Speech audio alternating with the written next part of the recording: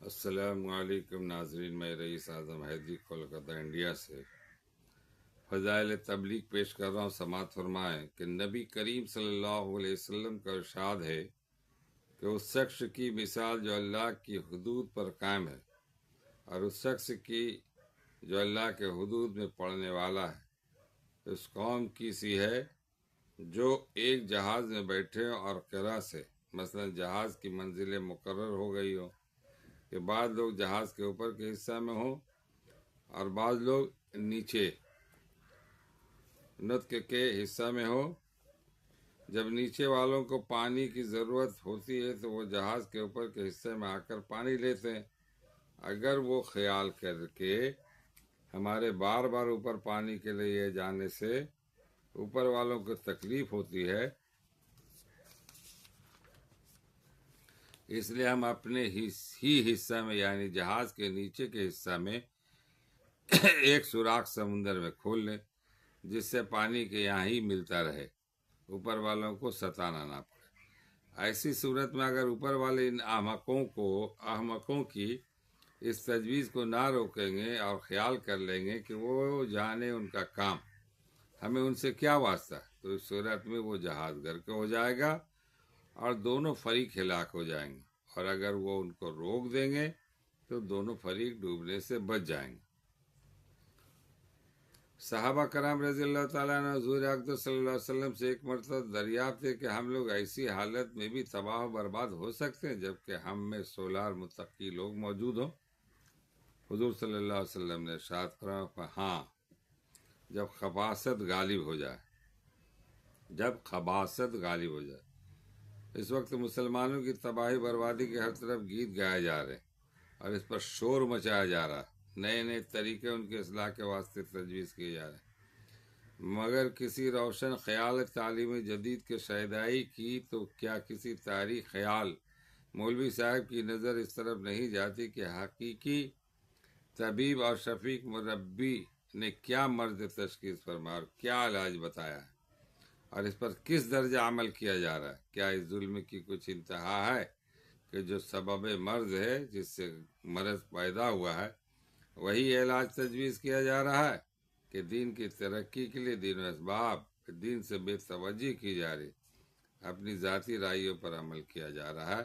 تو یہ مریض کل کی جگہ آج ہلاک نہ ہوگا تو کیا ہوگا؟ اب اس حدیث سے یہ بات سمجھ لیں کہ جو مرض ہے اس کی تحقیق کیا ہے۔ آج لوگ نئے نئے طریقے، نئے نئے ایجاد، نئی نئی باتیں، نئے نئے معاملات لاتے ہیں کہ یہ اصل معاملہ یہ ہے کہ سب سے پہلے ایمان لائیں اور ایمان کے راستے پہ چلیں، جو اللہ کے اور اللہ کے رسول نے بتایا ہے اسی میں فلاح ہے۔ اوپر والی مثال سے آپ سمجھ جائیے کہ احمق نادان اگر وہ کشتی کو چھیدا کر کے سوراخ کر کے پانی لے تو کیا ہوگا؟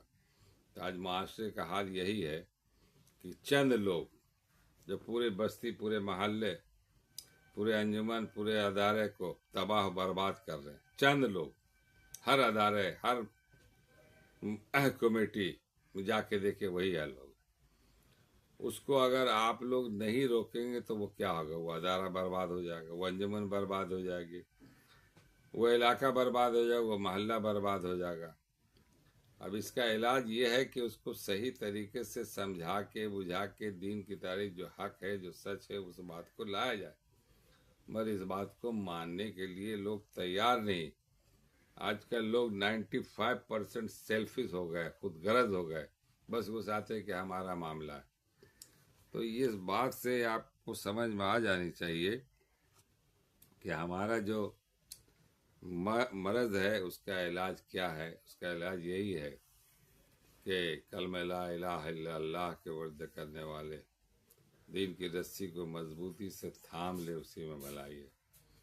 کہیں بھی خلفشار، کہیں بھی کوئی بات ہوتا کہاں، جب ناحق انصاف نہیں ہوتا، جب انصاف نہیں ہوگا تو وہ تو پھر جو ہے نا اپنا حق لینے کے لیے میدان میں آ جائیں گے اور نتیجہ کہ وہ فساد، اور ظالم کا معاملہ یہ ہے کہ وہ حق دبانے کے لیے کچھ بھی کر سکتے ہیں۔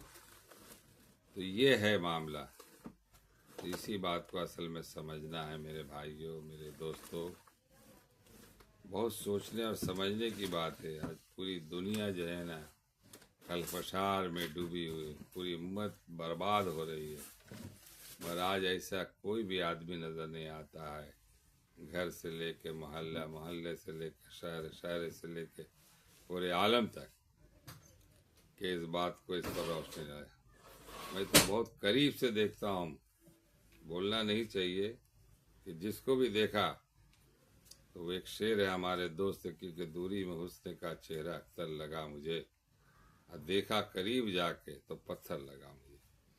اس کا کردار، اس کا اخلاق، اس کے بعد اس طرح کے من آئے جو من اندر سے نفرت ہوتی ہے کہ یہ آدمی سادے اجلے کپڑے پہننے والے، چمچماتی کار میں چلنے والے، فلک بوس عمارت میں رہنے والے، اپنے آپ کو چہرہ مہرہ بھی بنا کے رکھنے والے، اس کا یہ حال یہ ہے۔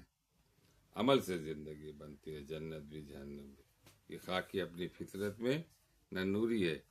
تو یہاں پر یہ ایک بات یہ اللہ کے رسول صلی اللہ علیہ وسلم نے بتا دیا کہ جہاں خباثت غالب ہو جائے وہ علاقہ تباہ ہو جائے گا، وہ محلہ تباہ ہو جائے گا۔ تو اس کو ہم لوگوں کو سمجھنا چاہیے۔ ایک صحابہ کرام نے حضور اقدس صلی اللہ علیہ وسلم سے ایک مرتبہ دریافت ہے کہ ہم لوگ ایسی حالت میں تباہ برباد ہو سکتے ہیں جبکہ ہم میں صلح اور متقی لوگ موجود ہیں۔ صلح اور متقی لوگ کس کو کہتے ہیں؟ صالح لوگ، نیک لوگ، متقی ڈرنے والے، وہ لوگ بھی موجود ہوں گے تو بھی ہلاک ہے۔ تو حضور صلی اللہ علیہ وسلم نے ارشاد فرمایا کہ ہاں، جب خباثت غالب ہو جائے، ان کے اندر کی جو ہے نا وہ باتیں آ جائے اور انصاف نہیں کرنے والے ہوں گے اور دین کے راستے پر صحیح طریقے سے نہیں چلیں گے۔ اللہ تعالی ہم لوگوں کو پڑھنے سننے سے زیادہ عمل کرنے کی توفیق عطا فرمائے۔ ہمارے حق میں بھی دعا کیجیے، ہم بھی آپ کے حق میں دعا کرتے ہیں۔ اللہ آمین۔ السلام علیکم ورحمۃ اللہ وبرکاتہ۔